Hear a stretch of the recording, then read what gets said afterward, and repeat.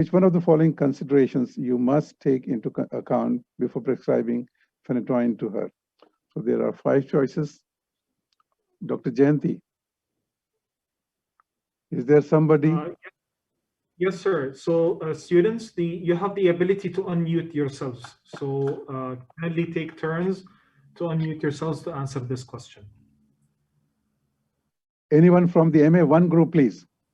Could you please come forward? Lanu, do you have your hand raised? Can you go ahead with the question? Yes. Yeah, can I answer, Doctor? Yes, please, go ahead.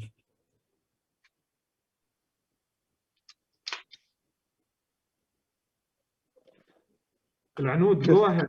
Please. Yes, for this question. Okay, for this question, the answer is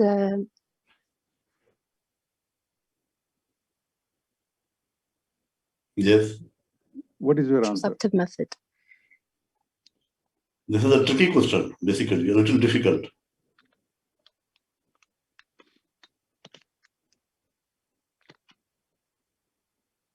It's contraindicated in women of childbearing age. It's not childbearing age, it's in pregnancy, to be specific. That's the tricky thing. Yep. That's the tricky thing. Yeah. Can you hear me now? Yes. Go ahead, please. Yeah, so I chose A. Because it's saying, for C, it's saying childbearing age. It's not specifically saying it's for pregnancy. So we went with switch to other non-hormonal contraceptive method. Very good. So can I explain, Abdullah? Yes, Can sir. I ask a question? Okay, she is a lady who is a married lady who is of childbearing age. She is on oral contraceptives, and you are thinking of prescribing phenytoin. So let's look at the options one by one. Give supplements of vitamin B12. So these are good for carbamazepine, not for phenytoin. Obtain baseline CBC and electives before starting phenytoin. This is complete outlier, not related to phenytoin. Phenytoin, this is a tricky thing. Phenytoin is contraindicated in women of childbearing age. Actually, it is highly teratogenic. So it is contraindicated during pregnancy, but not women of childbearing age. So that is why in this question, both scenarios are there. She is of childbearing age, but it is not contraindicated. But if she plans pregnancy, if she becomes pregnant, then it becomes contraindicated in that situation, not in the current situation of childbearing age. So she is okay. I mean, it is not contraindicated. So start with low dose of phenytoin to avoid toxicity. This is not related, totally unrelated. Why is this correct, doctor? Yes, please.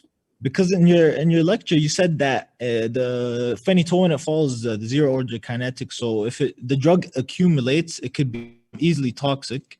So we could give her a low dose of phenytoin just to avoid that toxicity. No. Dude. I mean, it is the meaning of that concept is that when you increase the dose from within the therapeutic range, that it can easily become toxic at a certain point of time because of having low therapeutic index. That does not mean that you start with low dose. You can use full therapeutic dose, it will be still good. But if you increase it further, it will easily become toxic. That is the concept here. So in this situation, in the context of this case, there is nothing which can tell you that this particular woman is going to develop toxicity, and in order to avoid toxicity, you have to start with low dose. This is not the recommendation. The philosophy of that concept is that since this drug is starting from first order kinetics of metabolism, can easily become zero order metabolism, zero order kinetics. So in that case, it can become toxic. But that does not mean that you start with low dose. That's the thing. But however, if you look at option E, do you remember one concept which I emphasized in the lecture, that phenytoin is an enzyme inducer, and especially it has serious drug interactions with oral hormonal contraceptives. In that case, think about the consequences. She is taking oral hormonal contraceptive, by induction of enzymes, the concentration of those, the drug concentration of those contraceptives will become low. In that case, there will be failure of contraception. She may become pregnant, and she may become pregnant. In that case, the drug is contraindicated. That is very serious consequence. Did you get my point? Doctor, can I ask a question further? But So basically, the case that it is presented, she's 20 years old and she's married. And obviously, since she is on contraceptives, so she is sexually active. Wouldn't it be just the ethical approach to just not prescribe phenytoin to begin with, unless... that is why I'm saying that in that case, since she is on oral contraceptives and she does not want pregnancy, and you feel that phenytoin is necessary for her, in that case, it is better for you to advise her that switch to some other non-hormonal contraceptive, which is more safer method. Because in this situation, in the current situation, if she will continue to use hormonal contraceptive along with phenytoin, it is highly likely that contraception will fail, and phenytoin, because of the phenytoin, and that situation, when contraception will fail, phenytoin will become contraindicated if she becomes pregnant. So it is perfectly ethical to start phenytoin as long as you ensure that she does not have significant drug interactions. She does not become pregnant. Dr. Dilip, there is a point the students are asking. Could you please repeat the last point? You Which mentioned one? The issue here is that our consideration is, the question is, which one of the following considerations you must take into account before prescribing phenytoin to her? If you wish to prescribe phenytoin to her, you have to ensure that she does not get pregnant. Am I clear? If she continues to use hormonal contraceptives, as is the esteem, then it is highly likely that she may get pregnant because of the failure of contraception, because of the drug interaction. In that case, if you ensure that she switches to some other non-hormonal contraceptive methods, for example, intrauterine contraceptive device or other things, then it is least likely that she will get pregnant. Because the take-home message from this whole scenario is that if you want to prescribe phenytoin, ensure that she does not get pregnant. Am I clear now? Yes. Because the contraindication for phenytoin is pregnancy, not childbearing age. So this is out of these 5 considerations, number E, 5th consideration is very, very important to keep in your mind. Doctor? Yes. So it's counterindicated with the oral It can't, pardon? It's counterindicated with the oral contraceptive itself, right? No, oral contraceptives are not contraindicated. But you see, think Can about I say something? Yes, please. Tell me if it's correct or not. So basically, the problem is not that it's an oral contraceptive or not. It's just that the chances of getting pregnant with oral Exactly. contraceptives Now you nailed it. You got that. higher than in other methods. So Yes. take more precautions. So we make sure she doesn't get pregnant. That's it. Exactly. That's the point. You nailed it. Now that you got my point, the issue here is we want to give the message that while taking phenytoin, she should not get pregnant, because that becomes the contraindication of using phenytoin. Now, in the current situation, while using normal doses of oral contraceptives, along with phenytoin, it is highly likely that the contraception will fail, and it is highly likely that she will get pregnant with the drug interaction. So you have to switch to some other contraceptive method. Yes, thank you, doctor. I think it's pretty clear. Okay, good. Okay. Thank you, Dr. Dilip. Dr. Jayanthy, I will move to the next question. I'll read the scenario. In the meantime, please, get the volunteers. A patient is prescribed alprazolam to treat her panic disorder. Binding at which site produces the drug's action? All right. So again, to remind the students, you have the ability to unmute yourself. So can they raise your hand and orderly, please unmute yourself and answer the question if you're ready for it. So Ala, I see your hand is risen. Can you please go ahead with the question?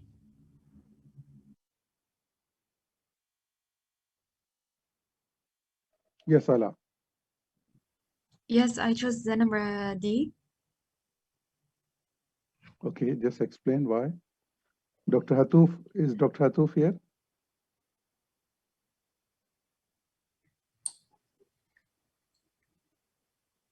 Dr. Hattouf is not with us. Okay, I can answer if there is a question, if there is query.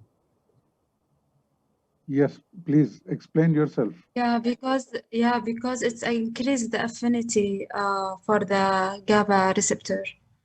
That's why. Because it has its own receptor on the GABA receptor, it will bind to it and then it will increase the affinity. That's why. Actually, I must clarify some concept here that it's all the benzodiazepines, they do not directly bind with the GABA receptors themselves. The binding site of benzodiazepines is different from GABA receptors. It is in the close vicinity of the GABA receptor. It is a huge complex, basically. It is now called GABA receptor complex. Within that complex, there are GABA A receptors. And the binding site of benzodiazepines is in the vicinity of the GABA receptor, but not the GABA receptor. The binding site is quite different from the GABA receptor. However, binding of benzodiazepines with their own benzodiazepine receptors, not GABA receptor, let me emphasize it, with benzodiazepine receptors increases, as somebody mentioned, a girl mentioned, increases the affinity between GABA and its receptor. Did you get my point? Benzodiazepines bind to their own specific receptors. Binding of benzodiazepines with their own receptors in the vicinity of the GABA receptor increases the interaction between the GABA and its receptor, thereby leading to increased frequency of the opening of chloride channel, leading to hyperpolarization and CNS depression. Clear? Doctor, but it has own receptor. Yes. Benzodiazepine has its own receptor. It is not because to be it has to be academically correct. It is not GABA receptor. Benzodiazepine has a distinct receptor separate from GABA receptor. Thank you, Dr. Dilip. We'll move to the question number 3. I'll read, and we need a volunteer for this question. Comparing levodopa therapy with dopamine agonist therapy for the management of Parkinson's disease, which set of side effects are more pronounced with dopamine agonist? Is Dr. Dana here? Here, Dr. Dilip, can you help us with this also? Yes. I think with dopamine agonist, it is Parkinson, which side effects are more pronounced with dopamine agonist?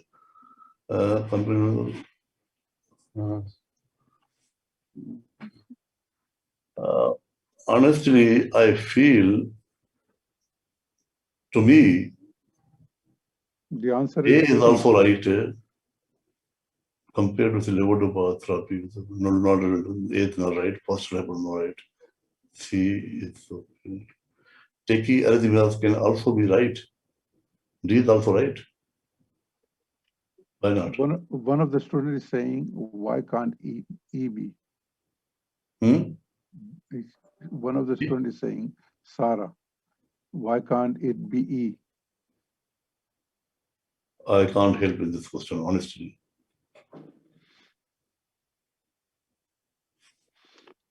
Okay. Okay, guys, you can raise this point with Dr. Dana in the class and you can get, but the answer provided by Dr. Dana is C, so which is anxiety and depression.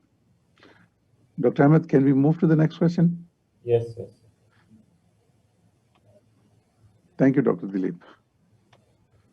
Question number 4. So I'll read the question. This 58-year-old woman was driving her car when she had the sudden onset of a severe headache. She pulled into a service station and stopped the car. Then she slumped over the wheel. She was taken to the emergency room where she remained comatose and died hours later. The gross appearance of her brain found at autopsy is attached. Please see the picture. Which of the following is the most likely diagnosis? So any volunteer, please? Yes, Dalal. Yes. So the answer for this question is C, rupture in the aneurysm. That's because the age of the patient is 58, and normally, not normally, but more commonly, the aneurysm rupture causing subarachnoid hemorrhage will be at the 5th descent, which is the age of the patient. Also from the picture, you can see the blood accumulating. That means it's also an artery get ruptured.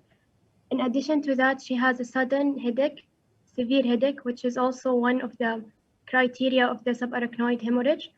And also because her symptoms like get worse very quickly, which is another criteria for this type of hemorrhage. Yeah, it's okay.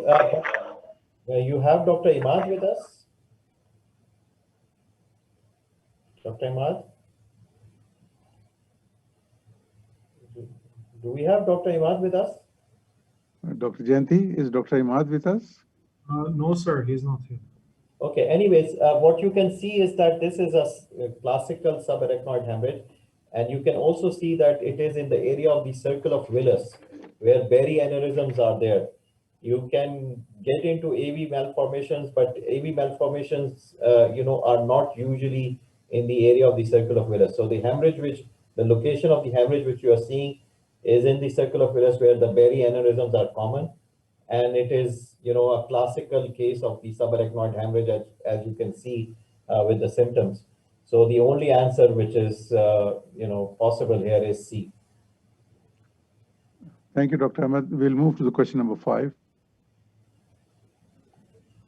I'll read the question. A 62-year-old man is undergoing hip joint replacement. During this procedure, the anesthesiologist reports a drop in blood pressure with hypertension that persists for 30 minutes despite intervention with pressor agent. Which of the following pathologic lesion is most likely to occur in his brain because of this prolonged hypertensive episode? So any volunteer, please?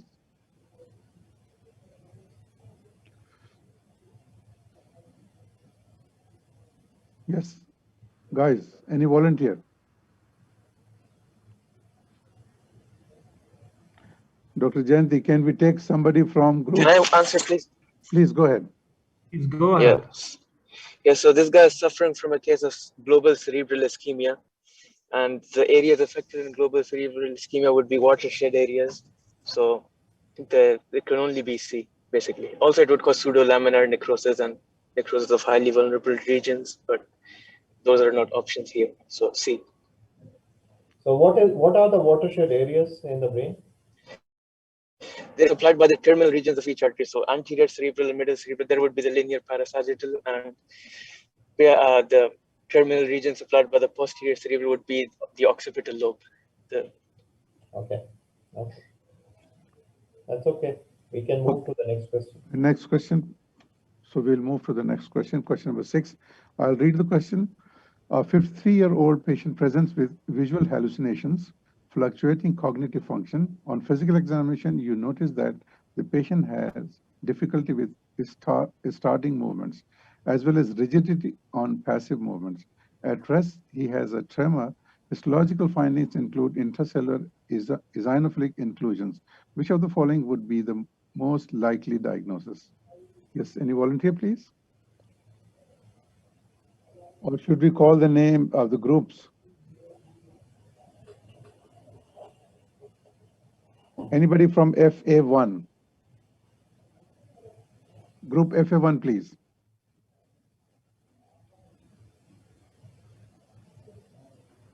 All right, ladies, can we have a volunteer, please? FA1.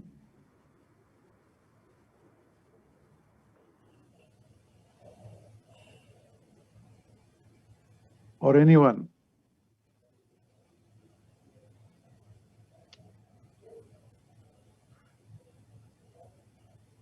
All right, let's have any volunteer from any group. Doctor, I would take it. Go ahead, Waleed.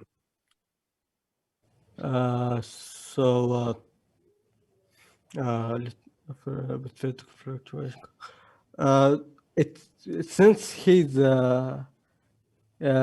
like it's hard for him to start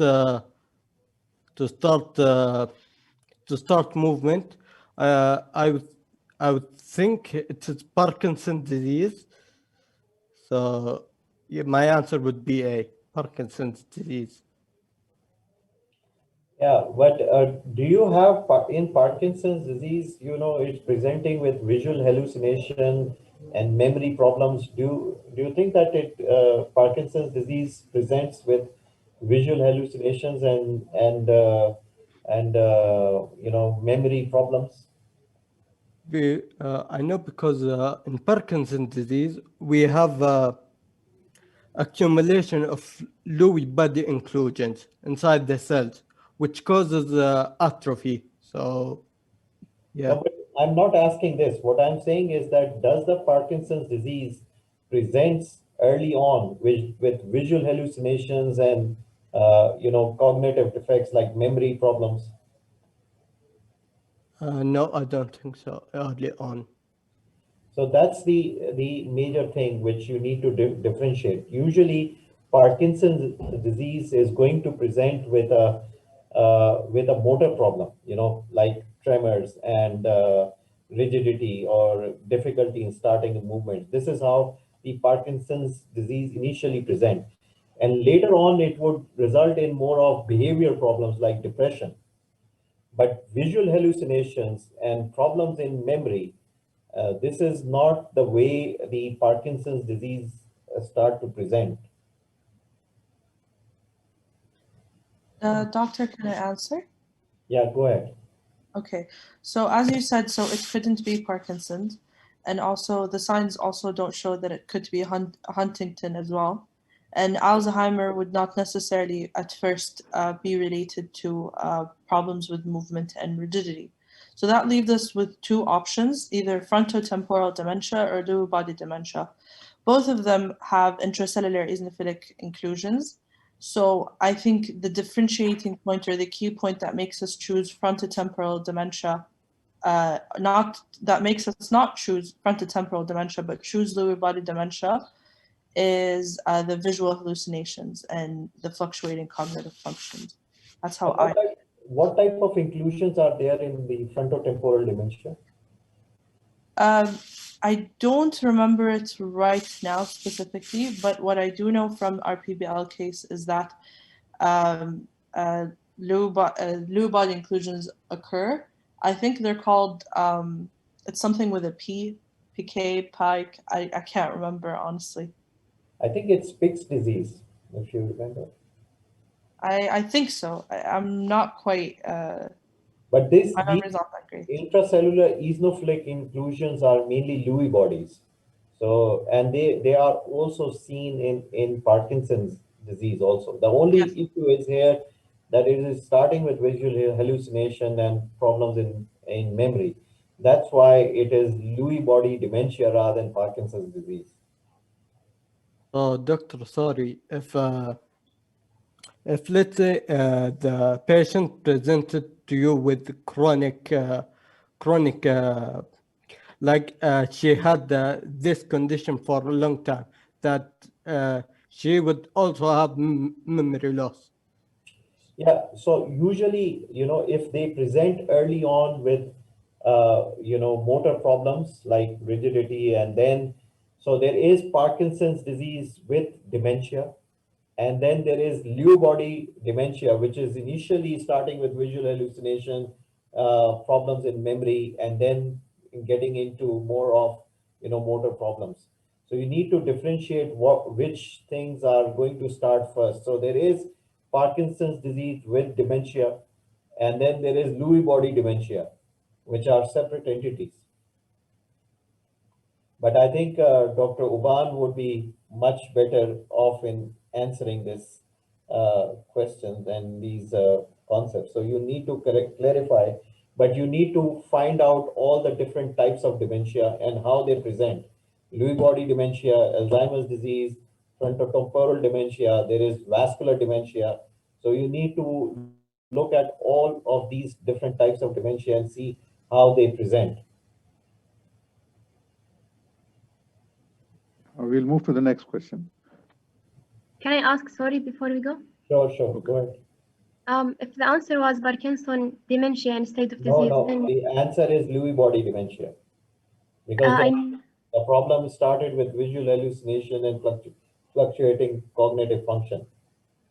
I mean, if it was like written as Parkinson dementia instead of disease, then it will be correct as well? No, because the problem in Parkinson's disease with dementia starts with a problem in the motor issues and then continue into dementia later on in later years of the disease. It doesn't start with visual hallucinations. Okay, thank you, doctor. Okay. Thank you. We'll move to question number 7. So I'll read, and we need a volunteer. Question number 7, a patient presents to your clinic accompanied by his wife, who complains that her husband has been aggressive, rude, and careless. His behavior and personality aren't like him anymore. He has also been having difficulty with language. He recently also started moving slowly and had some accidental falls. Which of the following would be the more likely diagnosis? Yes, any volunteer, please?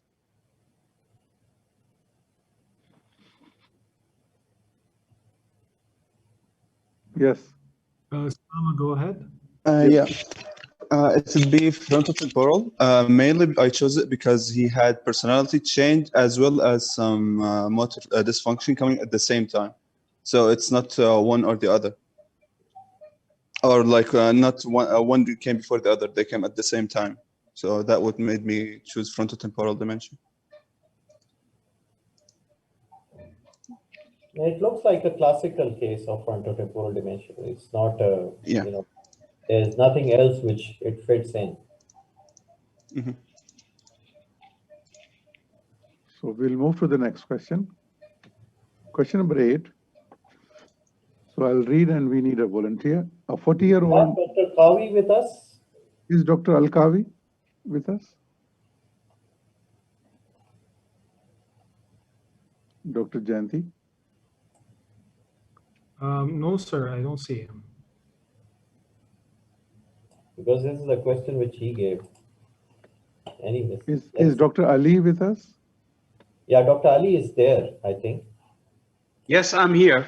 Okay, so we'll move to Dr. Ali's question. So I'm just jumping to the next question. We can come back to this. We can discuss this. This is not a big problem. Yeah. Okay. So I'll read the question, and then we need a volunteer to answer, and then we'll move on. A 21-year-old medical student who has been studying really hard for the past 2 months to score an A in her neurologic block has been feeling really down, tired, and easily irritable. On further questioning, she admits to having difficulty sleeping at night. She is worried about letting her parents down, and she is tired all the time. She also feels like her muscles are tense. When you ask her how she was doing before her neurologic block, she explains that she has felt this way for the past 2 semesters. Which of the following is the most underlying cause? Any volunteer, please? Yes, Muhammad, go ahead. Yes, doctor. I think the answer is generalized anxiety disorder. It's I think the fifth most common psychiatric disorder. It's more common in females. And here we have 4 symptoms and for 2 semesters, which mean more than 6 months according to DSM criteria.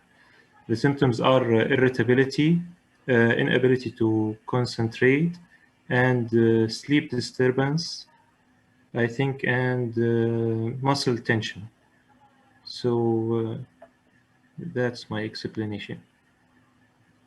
And the timing is the timing is the weeks, 2 weeks. So that's also go with it. Dr. Ali, I have a question about this question. If it was a panic disorder, like which I chose generalized anxiety disorder because I thought, she had it for 2 semesters, so she had it for a long time. And panic disorder, like it comes and goes. You remember, panic disorder is very sudden. It lasts for 10 minutes and it go down immediately. So it's sudden onset and sudden disappearance. So this is most likely generalized. Panic is typical, when you have severe heart racing and inability to breathe and feel horror and you are suffocated. So there is none here. It's more likely generalized anxiety. So remember, panic is more severe form of panic. So somebody is asking that why can't it be a depression? Well, the depression symptom is more likely anhedonia, lack of interest, the early morning awakening. So it's more toward the anxiety, not the depression. He didn't give us the symptom of depression here. So difficulty sleeping at night. In depression, they have difficulty sleeping at night, but the most common symptom in depression is waking up early, called early morning awakening. I think we're going to explain it to them also in the sleep lectures we're going to talk about, inshallah. And it's not acute stress disorder. We're going to explain it tomorrow in the lectures of stress. Acute stress is due to sudden problem like seeing an explosion or having an immediate trigger.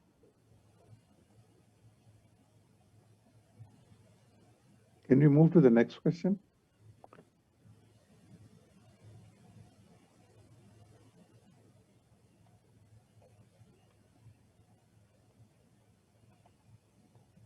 Question number 10. A 30-year-old man has been easily distractible, impulsive with increased activity and is needing less sleep for the past 4 days. He has no visual or auditory hallucinations. His thoughts are not something else, and this is something else here. Okay. Question. Hold on. Neurological clinic with tingling and loss of vibration and touch. I think, yeah, that doesn't sound like me. Oh, no, sorry. This was, I think there is, I have not pasted the right questions. So, there is a problem with the step and the options. Yes. So what I can do, we'll go back to this question from my resource because in making my presentation, I just made this mistake. So can I, go back and take the question, or can we, finish? Hold on. Just let me take this question. Bismillah.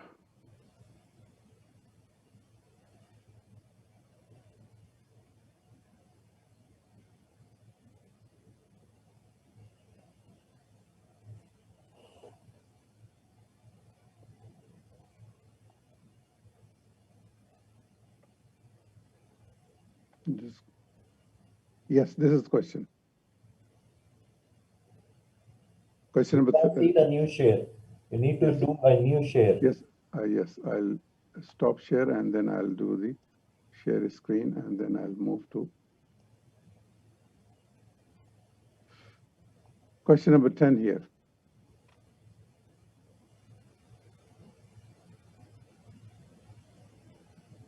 Yeah, can you read it, please, for us? Yes, I'm reading. A 30-year-old man has been easily distractible, impulsive with increased activity, and is needing less sleep for the past 4 days. He has no visual or auditory hallucinations. His thoughts are not disorganized and has no delusions. His symptoms are not affecting his daily life, but upon further questioning, you pick up that he has had depressive episodes lasting a couple of weeks. Which of the following is the most underlying cause?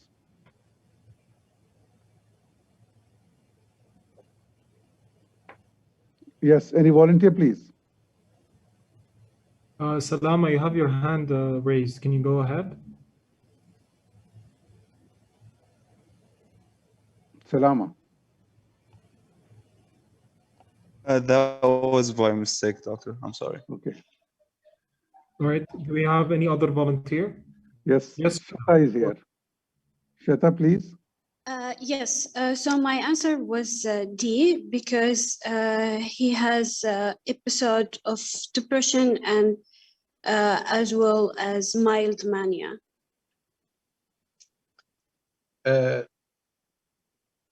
The answer is yes, because remember, the 4 days is the magic word. If it's more than 4 days, we might think of bipolar 1, but it's 4 days, typical with bipolar 2, hypomania. In hypomania, there is no hallucination, no psychotic symptom. The patient is not disorganized. He's still functioning. He is just high-functioning individual who had severe episode of depression with mild episode of hypomania. So Dr. this Ali, is there is a typical. question from the chat. Why not bipolar 1? Well, bipolar 1, there will be, most likely, there will be severe symptom more than 4 days, like at least 2 weeks in bipolar, more than 5 days. There will be clear impairment in social and functioning, like they will lose a lot of money and be very flagrant, and they will be very impulsive, and they might have hallucination, and it's just more severe form. Okay, we'll move to the next question.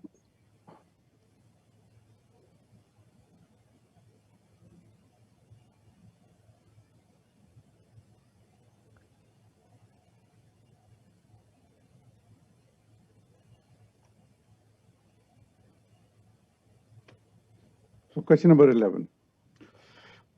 A 40-year-old man who has been living alone since his wife passed away 7 months ago has been feeling down. He is oversleeping, overeating, and feels his arms and legs heavier than normal. He experiences improved mood in response when his daughter visits. Which of the following is the most underlying cause? Yes, any volunteer, please?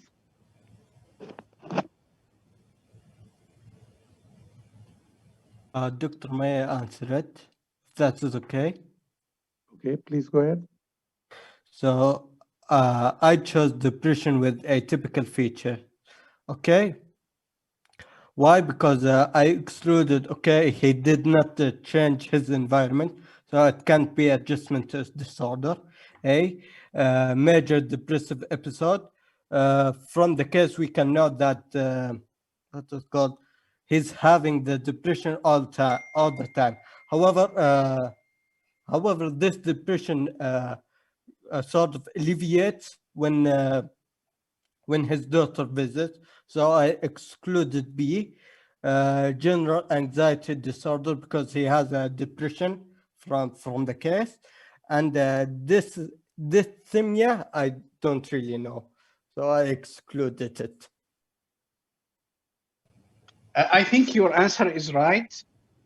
Should I interfere here or? Yes, yes, go ahead, Dr. Ali, please. Yeah, this is atypical depression, because we remember when we said in depression, we cannot sleep and we don't eat. When the patient is overeating and oversleeping, this is symptom we call atypical depression, means depression with the opposite symptom of depression, like the regular depression, you sleep, you cannot sleep. Here, he is oversleeping.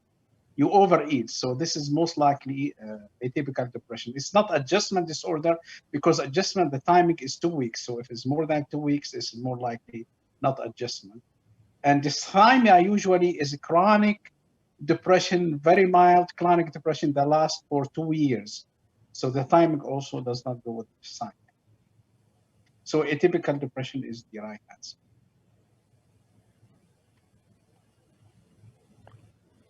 Should we move to the Now, next if question? there is a answer about grief, we could be confused with the grief issues. But here they didn't put the grief issues as one of the definitions. Doctor, Now, can I ask a question? sure. So, Doctor, dysthymia for 2 years. What about major? Major what? Major depression? Major depression, yes. Major depression is if you have this symptom for 2 weeks. So, but he doesn't have the typical symptom of depression. He said the question, see, they always look at the clue in the question. The clue in the question, overeating and oversleep. So this is what you call a typical depression. But he didn't mention us any symptom of depression like lack of interest, anhedonia. He just mentioned that the overeating and oversleep.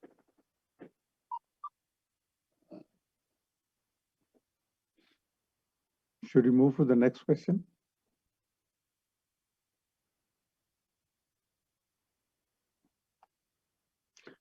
Question number 12. A 38-year-old man was brought into the emergency room at 1 a.m.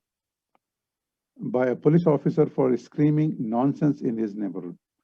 For the past month, the patient believes that everyone is out to get him. He thinks that the TV is talking to him and he is hearing voices that are telling him to run for his life even when the TV is turned off. Which of the following is the most underlying cause? Any volunteer, please?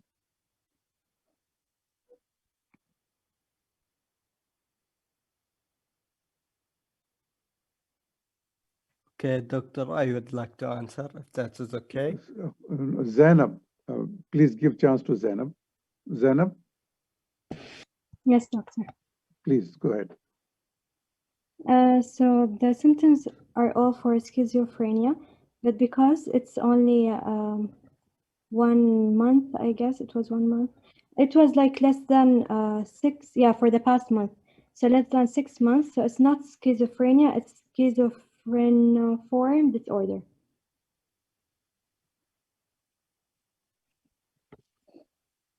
Dr. Ali?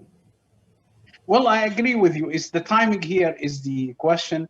So schizophreniform disorder is just same as a schizophrenia. It's just the timing has to be more than 6 months. So here we don't know if we have detailed history. Most likely because he is 38, schizophrenia does not start at 38. Most likely schizophrenia starts earlier in life. So you could have late onset schizophrenia. But for the symptom they are giving us here, I agree with you to be schizophreniform disorder. And remember, it's not bipolar 2 disorder and bipolar 1. In bipolar 2, as we said, the symptom is not severe. So anybody who is brought by policeman means the symptoms are very severe.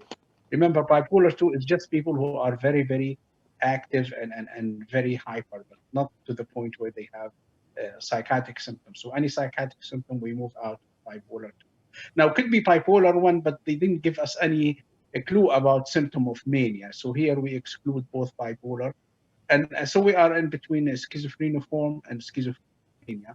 So most likely if it's the timing is past 1 month, then, if they said like for the past 6 months, then it will be schizophrenia. But since they said only 1 month, then it could be schizophreniform disorder. Also, doctor, I remember that with, if I'm not mistaken, with since they're all showing the same, let's say, symptoms, but with schizophrenia, from what I remember, it's highlighted at an earlier age. So usually, from what I remember, it was like around 20, something like that. Yes, so schizophrenia starts around 20, but there is late onset schizophrenia. So majority of patients start at this age. So being 38, you have to exclude also substance abuse. If there is any substance abuse, could be like related to using drugs. But since it's not mentioned here, so we will not think of it. Okay, thank you. We'll move to the So next always question. remember the timing. The timing is very important in second. Should we move to the next question, Dr. Ali? Yes. So question number 13. Which of the following is the most effective treatment for panic disorders? Any volunteer, please? Dr. Jayanti, is there somebody who has raised the hand? No hands raised yet, so can we have a volunteer, please?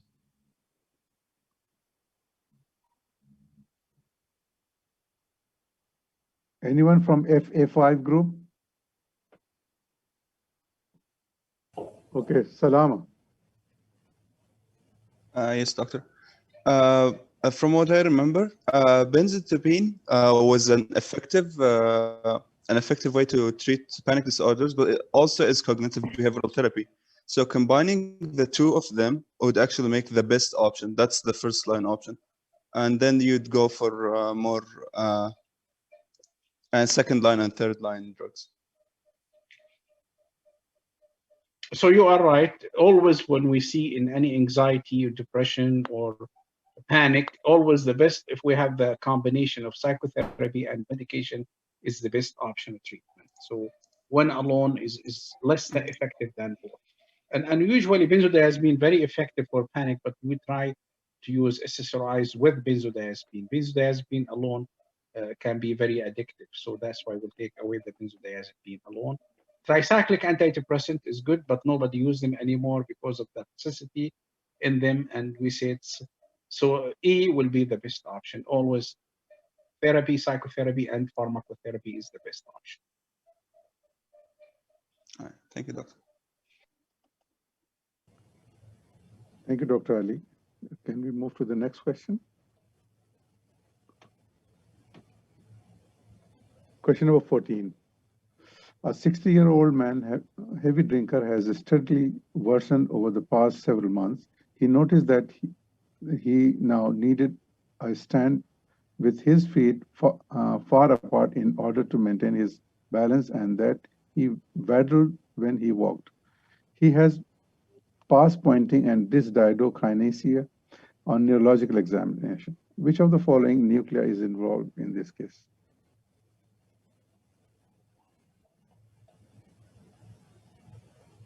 Any volunteer, please?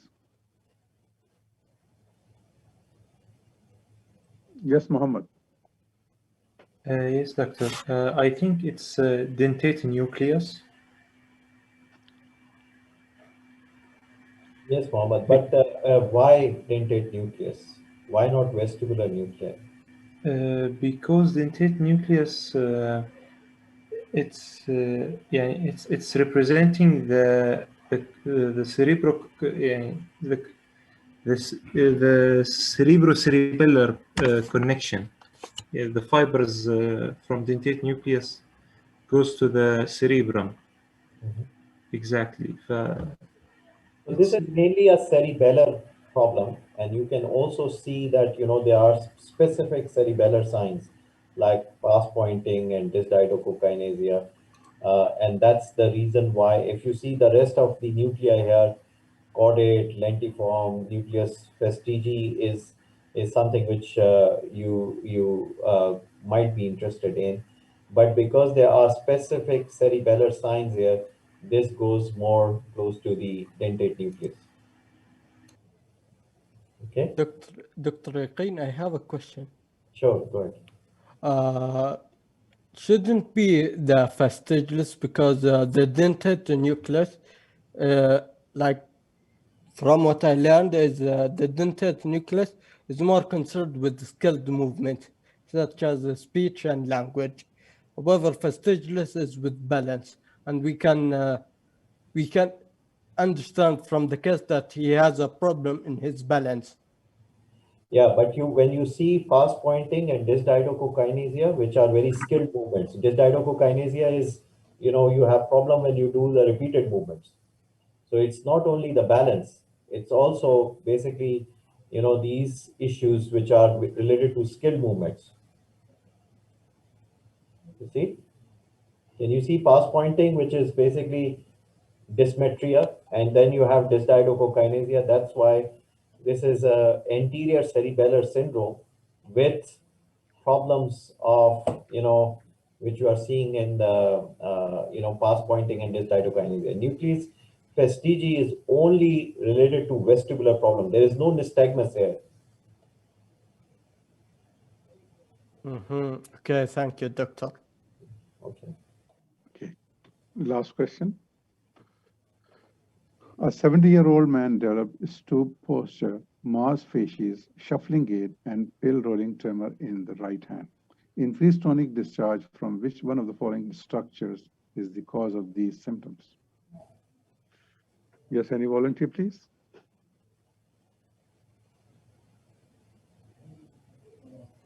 Yes, Sarah. It's E, lobus pallidus interna, because now usually what happens is that the striatum is inhibiting the lobus pallidus interna, and therefore the thalamus is able to excite the cortex. But now here, this patient has a problem, a deficiency in dopamine, so the striatum isn't able to inhibit the interna, and as a result, the interna will be able to inhibit the thalamus, so the thalamus won't be able to excite, I think, the cortex. So putamen and caudate, which are the part of the striatum, do not actually have a tonic discharge. The tonic discharge only comes from globus pallidus interna or externa. First thing is this. And then because from the striatum, the inhibition of the globus pallidus interna is not going on, and this is the case of Parkinson's. So you have more excessive tonic discharge from globus pallidus interna to thalamus. And that's the reason why the symptoms of Parkinson's is here. Okay? Dr. Ahmed? Yes. What about question number 8 with Let's Dr. go to the Alkar? question number 8. We can discuss that. So a 40-year-old woman with history of multiple sclerosis present with a complaint of recent onset of diplopia in all directions of gaze. On examination, you find that she has exotropia of both eyes on primary gaze and no voluntary horizontal adduction. Where do you localize her findings to? Yes, any volunteer, please? Doctor, I choose E, right and left medial longitudinal fasciculus, mainly because it is concerned with the two eyes. So I excluded any specific direction, like left milf and right. So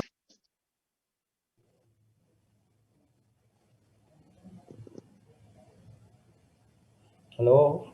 yes, hello. As I said, the left, I excluded the left and the right middle longitudinal fasciculus. And I excluded the D because abducent nerve, which is concerned with the swallowing, if I remember correctly. No, abducent is not for swallowing. It is for the lateral rectus. So if there is a problem with the bilateral abducent nucleus, then you would have both eyes, going medially. There should be adduction. But there is no voluntary horizontal adduction of the eyes. So your first thing is right, that you took out the left and the right thing, the right and the left thing, because both eyes in the same position. They are exotropia. That means they are outwardly diverted and they are not moving. And multiple sclerosis classically affects the medial longitudinal fasciculus. So it is classically affecting the medial longitudinal fasciculus. But if you look at the both eyes, these both eyes are moved outwards. So there should be both right and the left medial longitudinal fasciculus which should be affected. You cannot have right and one the one gaze center and the other medial longitudinal fasciculus. Similarly, A option is wrong. In multiple sclerosis, the PPRF is usually not involved, and bilateral abducent nucleus would cause the eyes to move inwards, both. So there is no voluntary horizontal adduction. So that's why it cannot be D. So the only option left is right and left medial longitudinal fasciculus. Did you get it, or you still are confused? Doctor, what is the Yeah. meaning of exotropia? Eyes are moved outside, on the laterally diverted, exotropia. Doctor? Yes. In the case of the PPRF damage, what would the patient present with? Yeah, PPRF is for horizontal gaze. When you are following something, your one eye moves laterally, one eye moves medially. So you are following. So PPRF is the horizontal gaze center. So if you have a bilateral, PPRF gone, you cannot follow anything because your horizontal gaze is going to go off, and your eyes will be in the center, but they would not be deviated because the PPRF, the function of PPRF is for horizontal gaze. When you move, something is moving, your one eye moves medially, the other eye moves laterally. Do you understand what I'm saying? Sorry, Doctor, and the medial longitudinal fasciculus, what's its function? What is the function of what? The medial longitudinal fasciculus. So if you remember, we said that medial longitudinal fasciculus connects the third nerve nucleus, the fourth nerve nucleus, the sixth nerve nucleus with the eighth nerve. So when you are moving, you're following something, your eyes are moving because there are muscles of your eye which are connecting, which are moving the eye medially, and the other set of nerve is basically moving the eye laterally. For example, oculomotor moves your eye medially and your abducent moves your eye laterally. So your medial longitudinal fasciculus is connecting third, fourth, sixth nerve nucleus with the eighth nerve. So when you move your head, your eyes also move accordingly. So MLF is important because it is connecting third, fourth, sixth with the eighth nerve. And multiple sclerosis, classically MLF is demyelinated. So, doctor, in the case of sorry, yeah, go ahead. In the case of a PPF, the patient would be just staring forward. They can't move their eyes. They have to move their head, right? Sorry, I still didn't get it. In between your voice just dropped out. In the case of in PPRF, yeah. Will we have eye movement, or will the patient have to move their whole head to look at a different direction?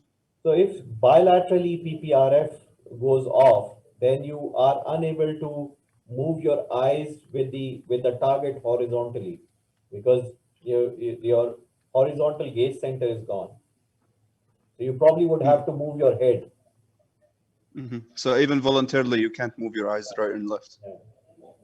Right. Thank you so much, doctor. Yes, guys, there is one announcement regarding I put the wrong scenario for question number 10. So for your TRAT marks, we will adjust the score for all the groups, okay? Thank you very much. Is there any question? Yes, doctor, can I ask a question about 8? Yes, go ahead, doctor. Yes, please. Yeah, what does it mean, no voluntary horizontal adduction? Yeah, so if you want to adduct your eyes voluntarily, so you can move your eyes medially, if you have your PPRF, intact. But if your PPRF is not intact, then you cannot move your eyes medially. Okay, thank you.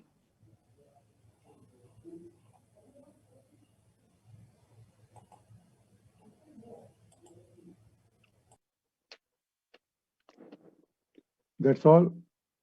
Dr. Ahmed, should we close?